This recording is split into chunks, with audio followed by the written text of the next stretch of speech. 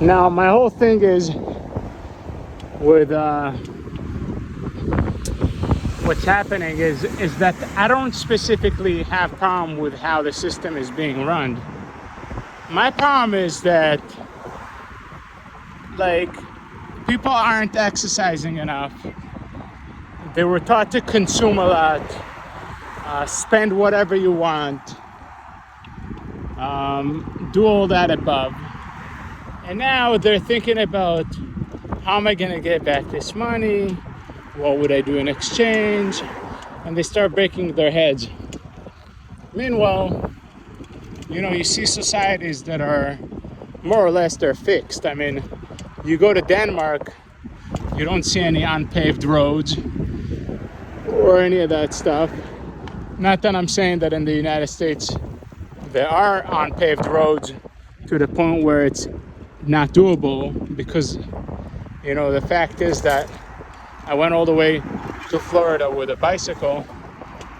Doesn't mean that the roads are broken, and I only got like 3 flats and like close to 2,900 miles.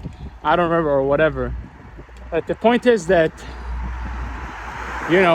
they could invest the money in the right way.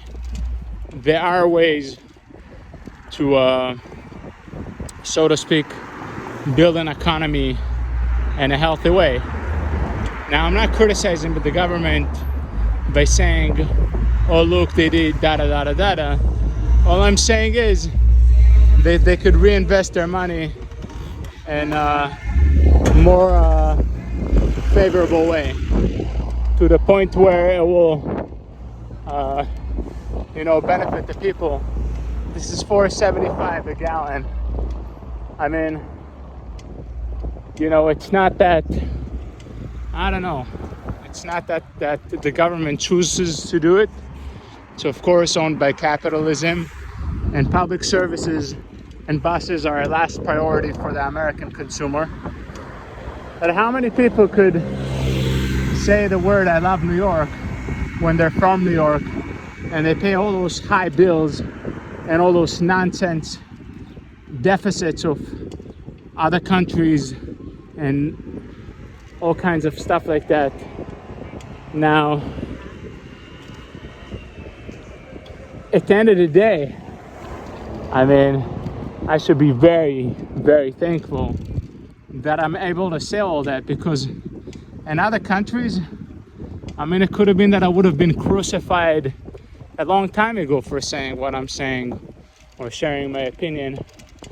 But I'm just thinking, like, what's a dream of an American consumer when you see older people that aren't being taken care of by their youngers, and people that are willing to hustle, sell ice creams, and go out of their way to, like, do that extra job. Look, it's all immigrants building this country. Americans, give me a cigar, let me relax, I'll chill. This guy barely has time to breathe. This is how we should learn from how to work hard. Now, quite frankly, I'm not saying that Americans are stupid people. It happens to be that the most authoritative authors and the most significant and smartest people that are around are in America, because universities are paying very high to professors and educators, and the American that doesn't need to do these kinds of low jobs and stuff are able to focus on reading more and educating themselves more and educating others. So I'm saying there's 2 points for the coin. And of course, I'm not saying that it's a bad thing or a good thing. All I'm saying is that life is what you make from it. You want to go over the speed limit, do it. You want to ride mellow, quiet, have a peaceful time, do it. But once the government, so to speak, interferes into your life, and you have no way of running around it, and you feel like the government is becoming an obstacle towards your goals and your things that you want to, so to speak, have a dream for, and all of a sudden all of it fades by all kinds of what's your economic status, how much are you making, are you wealthy enough to pass that exam, who said that you have this privileged brain to be able to overcome other people that came before of you in line, and all this, things that people talk, and like, schools that are considered to be good schools.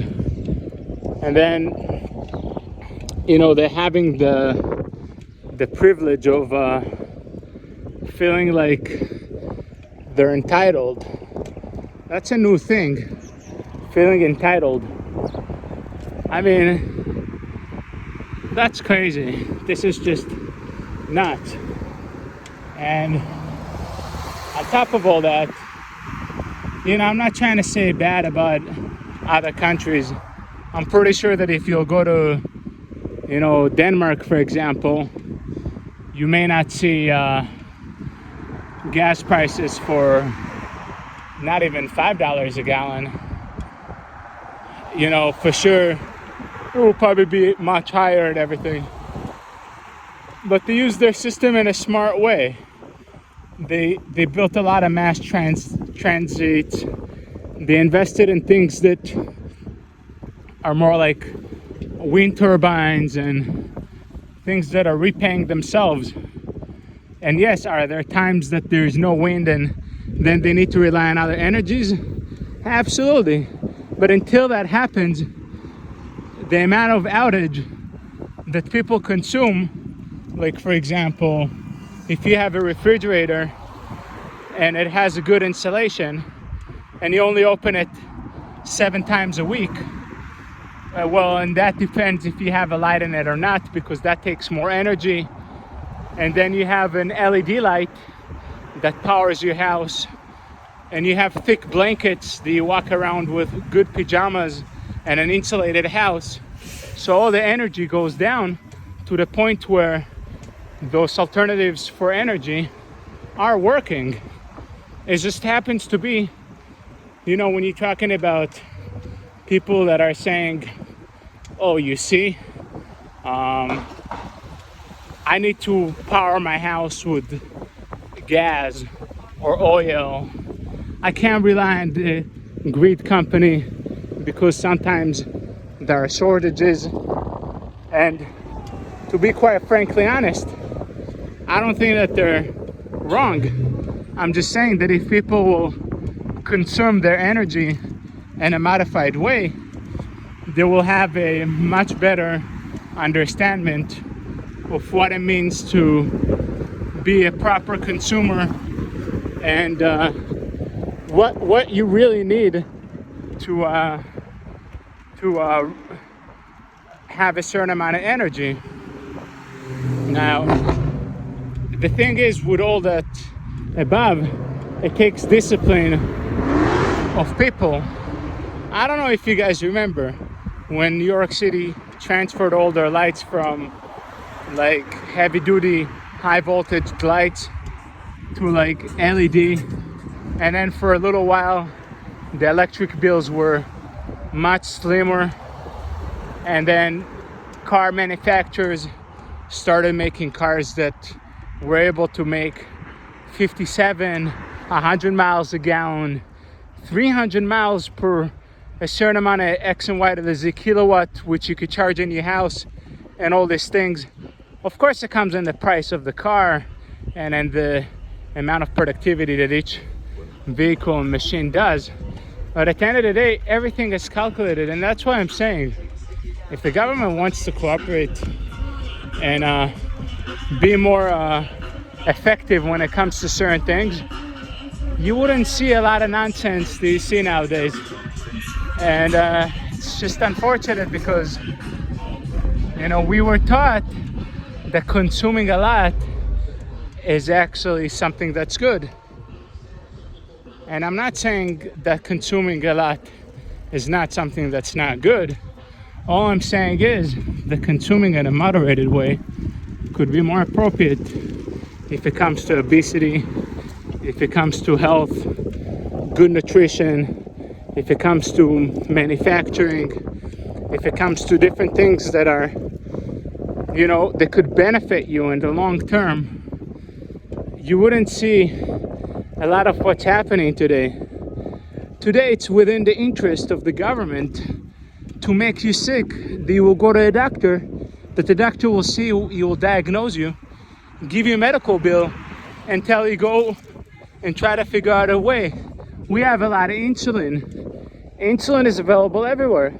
So if your sugar spike levels are high, we could take care of it. If you have blood pressure, we could take care of it.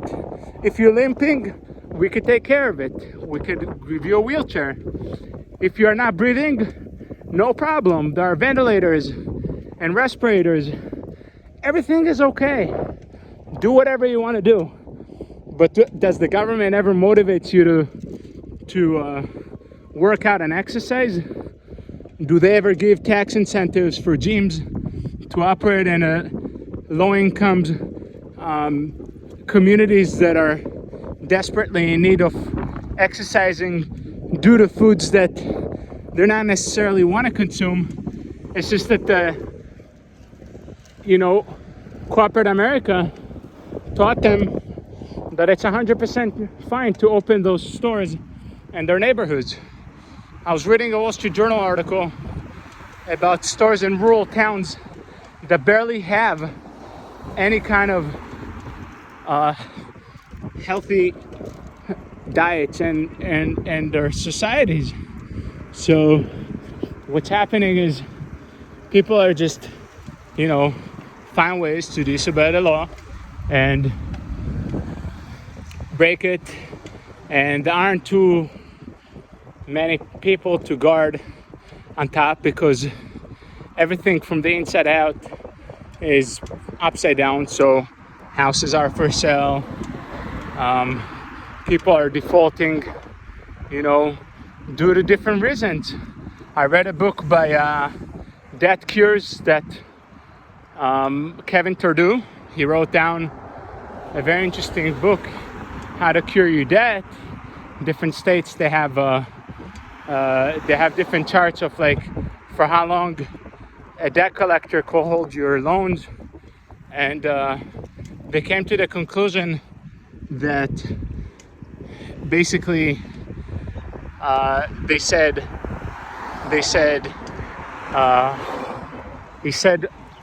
Americans government, they do hand in hand with banks to charge people high interest fees, all of the above. It's in the interest of the government to make people be in deficit. And the truth is that history shows us that the only time that the United States almost fell into a terrible recession was when they actually paid off all their deficits to all those countries. So consuming a lot and etc. But he spoke about a very interesting topic in that book. He said, you see, the banks, for example,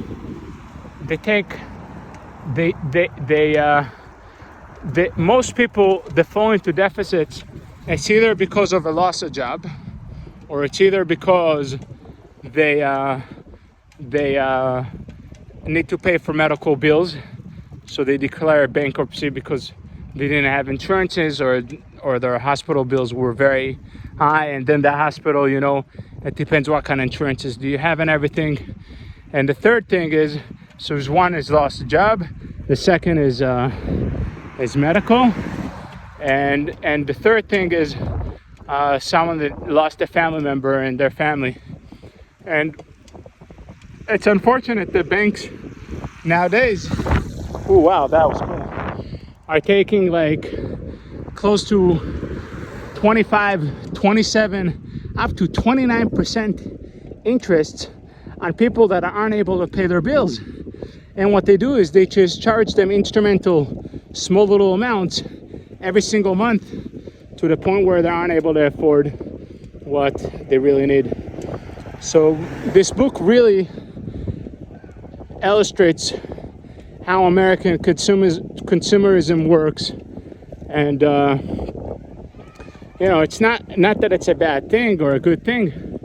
I'm saying if the government would just gonna, so to speak, put the right amount of the necessities that they charge from their citizens and the right use, you should have felt that healthy people renovate more tax money for the government. Because if you are healthy, you could work longer, and if you work longer, you pay a higher bill on your tax because you could work for a certain amount of time. And it's unfortunate that in certain societies, food diets must change, the perception about the banking system, the idea of going green and preserving less, consuming more healthy stuff, educating the younger generations to be able to be more wiseful and understanding of others, and who am I to say anything when it comes to these things?